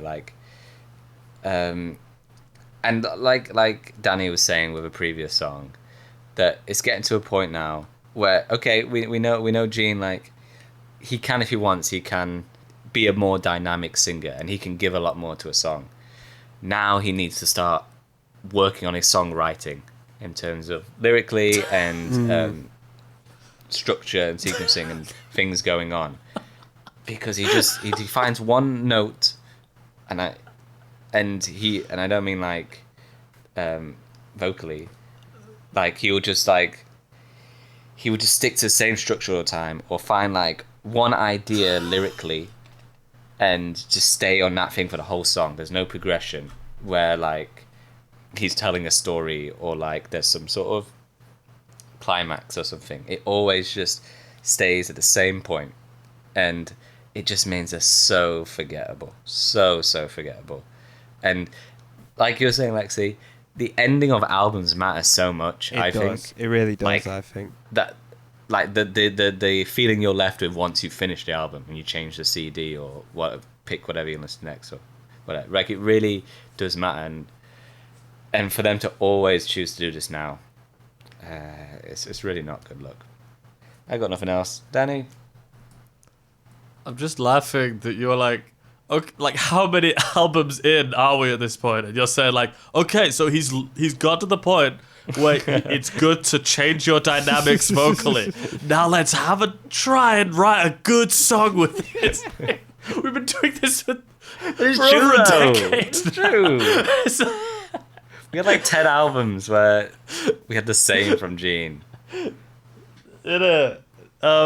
I'll say a few more nicer things about this song, but I'm not disagreeing with you guys. I do think the riff is more interesting than other Gene songs in general. It's got a nice little chromatic turnaround at the end. He's keeping up with himself vocally, nor is he getting overexcited like he did on that track on the last one. Yeah. I think this isn't great, but what more do I really hope for from Gene at this point? I think this is sort of for him, that's a pretty good chorus, I thought. I mean, on the first listen to this one, I thought, when he's this absent, I'm more forgiving. Because I assumed the last track was going to be Paul. And of course, again, I wrote, this man is shredding his little boots off. Another great solo. Oh, I forgot to mention the solo's good. Yeah. Yeah, the solo is good. And I'm not as bored as I was with Vinny's this late in the album again. I think he's still killing it. But that's all there is. Oh, and he does some nice, like, sort of FX type of playing on the last chorus, too. It became more boring the more I listened to it as well, though. I just think it's a passable chorus for Gene standards. That's all I have to say. We can move on. Cool. Murder in High Heels. I mean, I think we're all on the same page with this one, innit? I just think, why would you end on this? What quality does this have that makes it a good closer? What fucking quality does this have, which you think, oh yeah, that would be a good choice for an album closer? It's just mental to me. Anyway, Alex, why don't you tell us what you think? Yeah, just really similar. In fact, this one is even worse than Wilder City Sleeps. It's even more just worse. Sort of bro and just regular, just Gene patter with nothing interesting. I mean, maybe if you spoke to him, he would be like, oh, well, we want to do something like cool with the chorus, something funky. So I go all low. Because that's the only memorable thing of the song is him going, she's murder in high heels. That's it. Like him kind of going down into that voice. But it adds nothing to the song, and it's... I wrote at the end here, like usually with the last track, I sort of look back at the album a bit, and I'm like, the guitar work and drumming is tight, as it has been for most of this album. Yeah. But that does not save these songs, like these like Gene songs, and it just feels half baked, really, really half baked. And I'm just so curious, like, what made them go, yeah, this will do. Yeah, because bizarre. Really they bizarre. can't just give another take on something or try something else, or I don't know, because what makes this, what puts this on the album? I can't find anything for it. Alexei? Yeah. No. I mean, I think as well, though, he writes some of the most boring vocal melodies that have ever been committed to tape. I think he writes such god fucking boring, particularly in verses. Yeah. Verses for songs, they're just so dull and boring, and sometimes quite shouty and not good. Again, I just don't know why this would be a good closer. Like, I kept wondering if it was going to become all jammy and climactic at parts, and there is a part where it sort of goes double time, but then just goes back to the same old boring, ploddy, fucking shit as before, and it just never happened. It's such a lazy end to this album. And when you look back at the track listings, there's fucking loads you got to put at the end. Thrills in the Night would have been a better closer. Even the opening track would have been better. Under the Gun would have been a better closer. At least that would have a bit of fire in it or something. Just to end it on. It's such. I don't understand what quality this has that would make it a good ending. Like, you can maybe make the argument with Lick It Up that on the 8th day was trying to be like some sort of AC/DC anthemic, like you can't stop rock and roll sort of vibe. That maybe that is an anthemic quality to it that could have made that was why it's the album closed. Like it failed dismally at it, but you could have. This just has none of that. It's so lazy, and I don't understand why you'd want to leave people with this. Anyway, Danny, what do you think? You guys have covered it mostly. You've already said Alexei. I wrote in my notes, as soon as it came on, I thought, ooh, risky move with a double gene. Careful now, remember last time. And so I was already just coming at it very negatively. I thought, why are they doing this? He's really struggling vocally especially on the bridge. He's really straining his voice, and it's not working now. I thought, what was that chorus? Just nothing. I always phased out on this song. I was always brought back a little bit by Mark. But even that, it's not his best. It's not his best on the album. I just think, what a shame. What a shame. They really struggle with endings. They are struggling with endings at the minute. It's pretty shit. That's all. I just wrote pretty shit. I can't remember the last time they ended an album well, other than War Machine of Creatures, but I don't necessarily think War Machine is a good it's a good song, but I was always like, should this be the closer? Probably not. Does that make sense? Like even when sometimes it's an okay song, like War Machine, it's like, well, should that be the closer? Do you know what I mean? I can't remember the last time. Like I really do. I mean, Black Diamond is the only one I'm like, that's a really good closer for an album. I'm looking right now and going back. I'm not. So on Heart of Hell, Strange Ways. That's a terrible closer. That's probably the worst closer they've ever had, actually. Dress to Kill. I can't even remember what closes Dress to Kill. No, I haven't got. I can't remember. Fuck me. Destroyer Rock Deal. and Roll Night is Dress to Kill. So that's. Yeah, but that version of it's fucking rubbish. The Destroyer. What's the end of Destroyer? Destroyer's Do You Love Me? Do You Love Me? Again, Do You Love Me? I think is a good song. It's not a good closer. Shout Out Loud would have been a much better closer. And then Rock and Roll All Night. No, sorry, Rock and Roll Over. What closes Rock and Roll Over? Oh, Hard Luck Woman. Oh, it's Making Love, isn't it? I thought it was Hard Luck Woman, is it not? Oh, it is Making Love. It is Making Love. You're right. Yeah, that's a terrible closer. That is a fucking rubbish closer. Yeah, that's terrible. Oh, Love Gun. Love Gun ends with And Then She Kissed Me. The cover. And then she kissed me. Like, geez, that's on the same album as Love Gun, and that is the closer. Mate, Love Gun the closer. Like, is this just a practice of the time? Like the way they view things was you put all the best songs at the front, and then it doesn't matter. You've already sold the CD. Alex, yeah. And It must be. The album. Yeah. It must be. Yeah. What's after that? Ignoring the solo albums. Fractured Mirror of Aces, the like electronic tune, is a good way to end an album. That was pretty good. Fine. That was a pretty good way to end an album. Dynasty ends with Save Your Love. Again, not great. Unmasked. Unmasked as well, which is one of the It's growing on me. which is one of the better albums. Unmasked, right? It still has a rubbish. Like Gene closes that. And then, you're all that I want. What does it end on? You're all that I need. You're all that I want. That one. Oh yeah. Again. Really Strange boring. one for him. Yeah, and then Music for the Elder was end with fucking. Oh, I certainly do think the boys certainly do. That's the best. That is the best closer they've ever had. That's the best one. I certainly do. No, you're right. They fucking struggle with endings. Anyway, Danny, sorry, I think I took us on a tangent there. Are you good though? Have you sort of? I'm done. Let's move on to Let's final get thoughts. Final thoughts on tape. I think song. this album has 2 bangers on it and 1 decent track. Which, to be honest with you, I think that's a trend that starts with Lick It Up and continues, I think, at least onto the next album, where they kind of deliver like 3 kind of bangers, 3 or 2 to 3 sort of bangers, and then everything else sort of feel. I could be wrong though. Asylum's actually one I've not actually heard before, so that'll be interesting. I think that this album's definitely a lot more aggressive in its presentation, and it sounds very current for the time, which again for them is a positive. There's a lot more passes, I think, on this album than on Lick It Up. I think Gene is just about a little bit stronger on this album than he is on Lick It Up.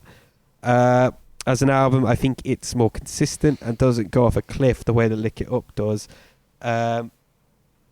It might not have the same highs as Lick It Up. Like, nothing is as good on this as A Million to One or All Hell's Breaking Loose, in my opinion. But I do think overall it is a stronger album, and like Danny says, has some really great guitar parts. It doesn't have the lows, I would say, when I'm thinking of ranking this. I would put this above Lick It Up. But I would also say as well, it doesn't have the lows of Destroyer. And I do think that at its best, Destroyer isn't necessarily as good as this. Like, I wouldn't say anything off Destroyer is as good as Thrills in the Night, in my opinion. I don't think it's as good as Paul's, though. So I would put this below Paul's, but above Destroyer. That's what I think. Danny, what do you think? This album, it's as if there's not much to dig into. I imagine it's got very low replay value. Yeah, probably. It's weird. Paul, Mark, Eric are all on form and delivering performance-wise, and we're not getting that much Gene compared to previous albums. And yeah, I guess it's just that there isn't any song that I like that much on this album. In a weird way, it's the first time... I think it's the first time they've had a consistently mid album. And I've always been saying that their albums are just filled with very high highs and very low lows. This could be the first album where I'm like, well, it's just fine. It's mid. The songs are... I feel like there's not as big jumps in qualities between the songs on this one as previous albums. I think that is still there due to the ever-present Paul-Gene dichotomy. It's just a bit less pronounced here. It's very... Maybe it's just very 'cause, nothingy, this album, isn't it? Go on, It's very nothingy, this album. Yeah, I agree. I really struggle to talk about a lot of it. It's just kind of like, yeah, it's all right. It really lacks an identity, I think, probably more than any other album that they've made. There's just not much. There's nothing really unique about it, you know. Apart from, I guess, the changing guitar player, but then that guitar player, that style of guitar playing for the time, was quite standard, or was becoming more of a standard. So it wasn't like... I will say something, though. This is definitely their most shreddy album. That's probably the thing that I would point to as being its USP. So, yeah. Like that's like its unique selling point. I'd be like, well, it's the most shreddy. It's the most shreddy, crazy guitar album. That's kind of it. Well, I'd say that's the best thing about it in many ways. I just think Mark is killing it on this album. I think knowing what's about to happen, that's a shame. Maybe not, though, because I think I like his replacement, although I haven't heard that much. But even his replacement kills it on this album, though. Well, his replacement kills it on this album. That's true. Yeah, he's already killing it. Yeah, that's true. He's part of why I like the guitar work so much. It's not just Mark. I think this album is very soulless. But I've said good things about, there's certainly albums I've said much more negative things about. The whole album leads into what I'm saying, what I've said a few times now about how as they age, they're selling out more and also sort of doing a better job in a weird paradox. That's the line I'm gonna ride for a while we talk about this. Like, it's very interesting that they're losing their old charm while also becoming more commercial, but also in just some simple ways the songs are just better and the band sounds better. Yeah.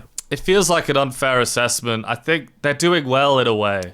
Like I said, they're all on form. At least the three are without Gene.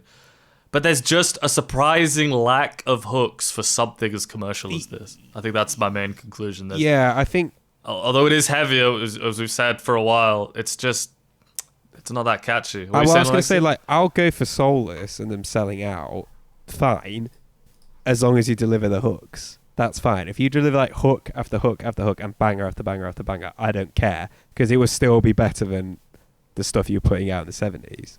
Do you know what I mean? And this is better, but you're right, it is for the most part devoid of Yeah. hooks. And it's like, okay, well, if you're giving us heaviness, that's cool, but you need to start giving hooks.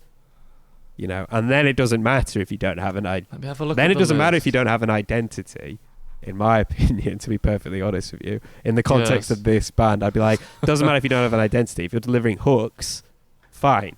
And that's all you need. I'm not sure I'd put it as high as you, Alexei. I just think it needs to be somewhere near the I'm middle. sort of because of the nature talking of the myself album. I out don't of know it. exactly I'm sort of where. talking myself out of it the more that I've been talking about it. Let's hear what Alex has to say. I can be persuaded. Because I it's mid. Yeah, well, you Alex? guys have already said a lot of it. It's like, yeah, you look at all the pieces and you go, well, this should be a pretty decent album, but for whatever reason, it just doesn't stick with you. Like I think we've all said, like, this album was tough to talk about and write about for whatever reason. Like, the songs don't quite stick as much, and there's not as much to grasp onto. And it's, I think everything is all stuff we've heard from them before. Like, in a lot of albums previously, there's always something they're trying new, or they're trying to push themselves in some way, or try a different style. But this one, honestly, it feels like what was it? Lick It Up. It feels like Lick It Up, but not as good, honestly. Like, I know those last 3 songs of Lick It Up really soured us, understandably. And here we got those last 2 songs, which I feel a very similar way. But if I go head to head on like the first, 7 songs of each album, I think Lick It Up beats almost all of them. Honestly. Well, Lick It Up's... Maybe the Gene one, right? Lick It Up's got... I'll tell you do make a good point, actually, because even though Lick It Up ends with those 3 songs and they're all so bad, these 2 songs aren't much better. Like, As the City Sleeps or While the I'm City saying Sleeps. like they're almost on par, honestly. The I difference think is I think While the small. City Sleeps is better than those whatever those fucking 3 songs are off Lick It Up. But then Lick It Up has 3, I think, 3 bangers off Lick It Up though. So I'm starting to get. What are the bangers off Lick It Up? There's a million to one. Well, for me, there's 3. I'd say title track, A Million to One. Exciter's good. Actually, I liked Exciter.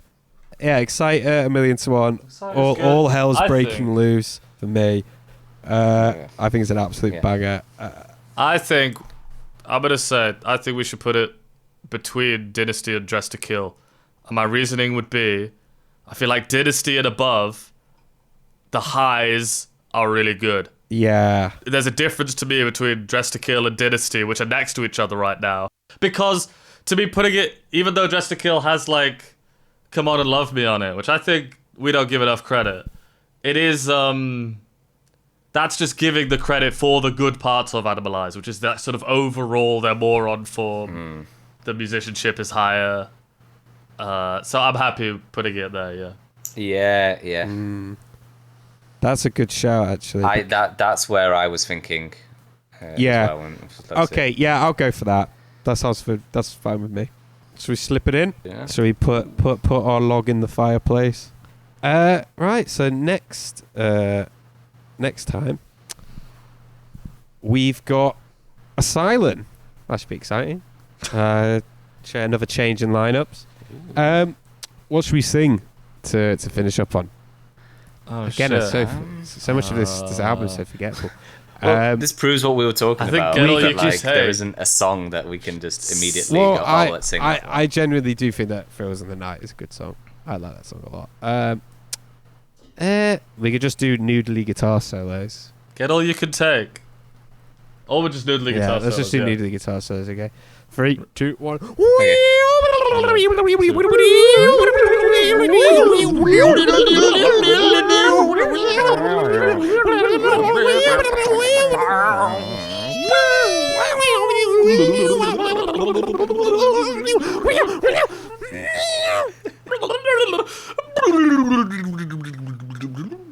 Cool.